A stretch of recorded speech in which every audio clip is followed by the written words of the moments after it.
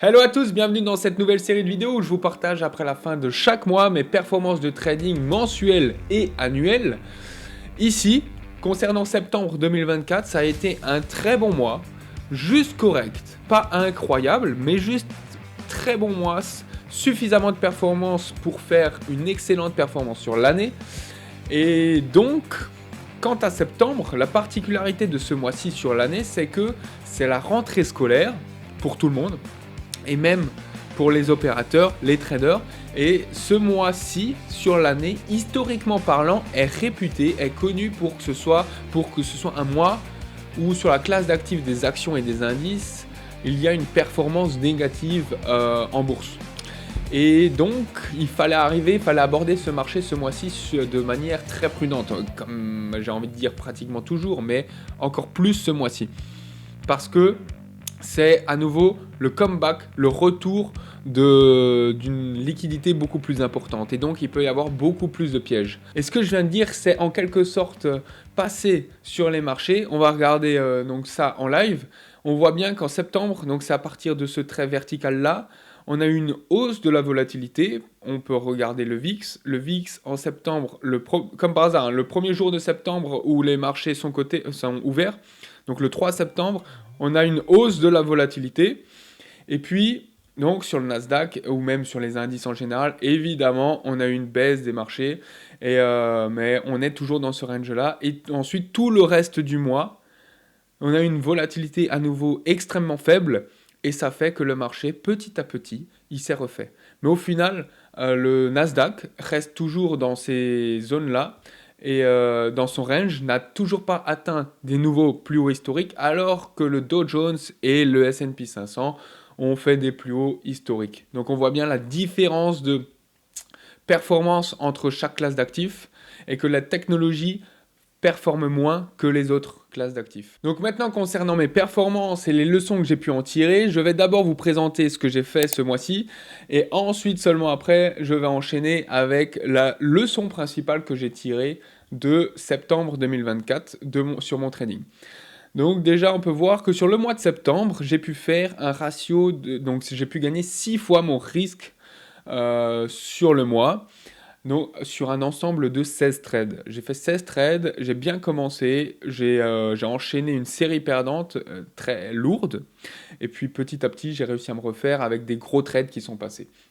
Voilà donc l'ensemble de ce mois-ci. Donc ça prouve bien encore que mon système fonctionne à merveille et que la discipline a payé, et de ne surtout pas se laisser aussi avoir par ses émotions. Concernant ma probabilité de succès, j'ai gagné 53% de mes trades et perdu donc 46%, 46-47%.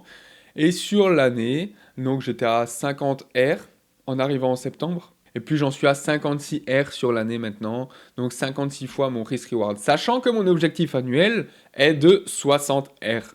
Donc c'est très positif. Là, c'est pas que j'ai pas envie, je m'inquiète pas, mais si je continue simplement à faire le job tranquillement, ça va le faire au calme. Et là, voici toutes les performances mensuelles sur l'année. Et pour le moment, j'ai que le mois de mars qui est négatif sur l'année. Donc ça, c'est assez ouf avec des mois plus ou moins flats. Enfin, si, janvier, c'est aussi négatif. Mais comme janvier, avril, août ont été flats, et tout le reste, ça performe. Ça performe, ça performe, ça performe. Et ça, c'est incroyable. C'est incroyable de pouvoir avoir une constance, une régularité à ce point-là. C'est le grade ultime. C'est le saint graal d'un trader. Et après tout ce travail acharné sur ces dernières années, c'est enfin en train de payer. Donc maintenant, ça va être une montée en puissance. Il faut réussir à scaler tout ça. Ça va être l'objectif de fin d'année. Et ensuite de refaire la même performance sur 2025. Mais là, statistiquement parlant, graphiquement parlant, ça prouve bien que mon système est régulier, est constant. Il faut juste, là-dedans, tout ça se passe.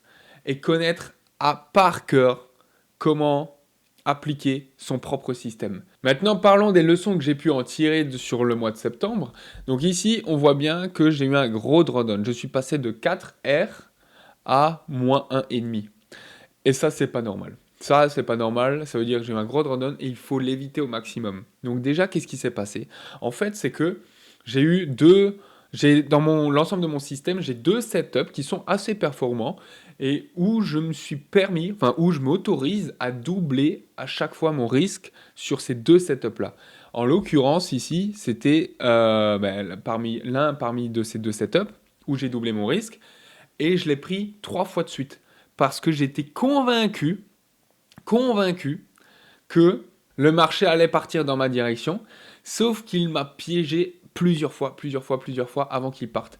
Et donc, je me suis pris 3 gros stops avec x2 en taille avant qu'il parte. Donc, voilà pourquoi j'ai eu un gros drawdown de ce stade-là.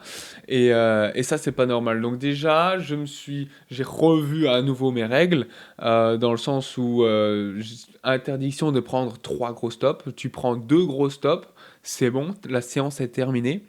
Ça a pas payé parce que normalement ça paye dès la première fois quand c'est bon. Et là, du coup, j'ai augmenté encore plus mes pertes et suite à ça, j'ai revu l'ensemble des stats de tous mes setups. Et j'ai vu qu'en fait, sur ce setup-là que j'ai tradé, il manque un peu de statistiques. J'ai pas assez fait de trade historiquement parlant. Et donc, c'est pas parlant. C'est pas parlant les stats que j'avais là-dessus. Donc, j'ai décidé de réduire à ma taille normale mon risque lorsque je vais trader ces setups-là. Et j'en ai même découvert en fait un autre, parce que je n'analyse pas tous les jours malheureusement, mais en fait j'en ai découvert un autre que je traite une fois de temps en temps, mais que statistiquement il a fait ses preuves. J'ai une excellente rentabilité dessus. Et donc j'ai décidé de doubler ce risque à la place sur un autre setup.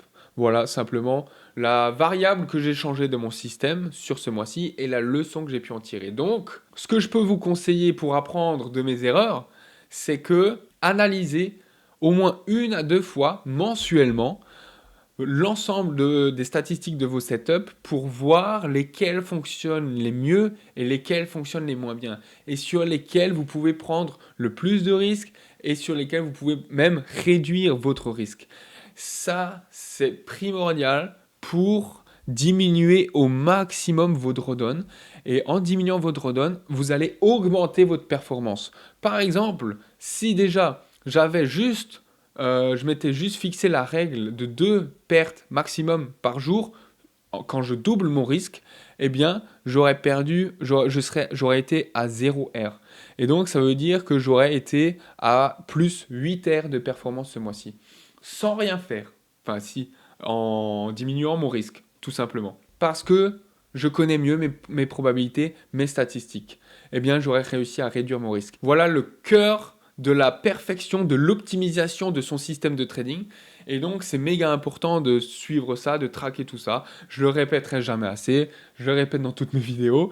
Mais voilà, c'est l'exemple même de comment réussir à faire plus de performance et que le trading, en fait, c'est pas une fois que vous avez un système que tout est bon, tout est beau, tout est rose et que ça va performer. Il faut l'ajuster continuellement et l'améliorer au fur et à mesure. Donc, c'est un travail de longue haleine, régulier, au quotidien et ça demande énormément de discipline et évidemment de ressources d'énergie personnelle. Sur ce, j'espère que vous avez pu tirer pas mal de leçons parmi mon trading et parmi mes erreurs de ce mois-ci et même des autres mois ou même des autres vidéos. J'espère que mon retour d'expérience sur mon mois de septembre en trading vous aura été utile et que vous allez mettre en place les actions que je vous ai données pour ne pas refaire les mêmes erreurs que j'ai faites ou même pour améliorer votre performance de trading sur l'ensemble de l'année parce que c'est ces petites variables qui au final sur l'année font une énorme différence. C'était tout pour moi pour cette vidéo. Pour le mois d'octobre, je vous souhaite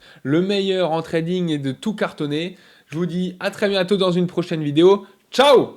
Yo, his name is Florian, he's the NASDAQ hustler. Every day he's grinding, making all them numbers cluster. He's a day trader, living life as a thrill seeker. Analyzing charts, he's the Wall Street sneaker. 9 to 5 ain't his game, it's the stock market flow. Tickers on his mind, watching those numbers grow. Buy low, sell high, that's the name of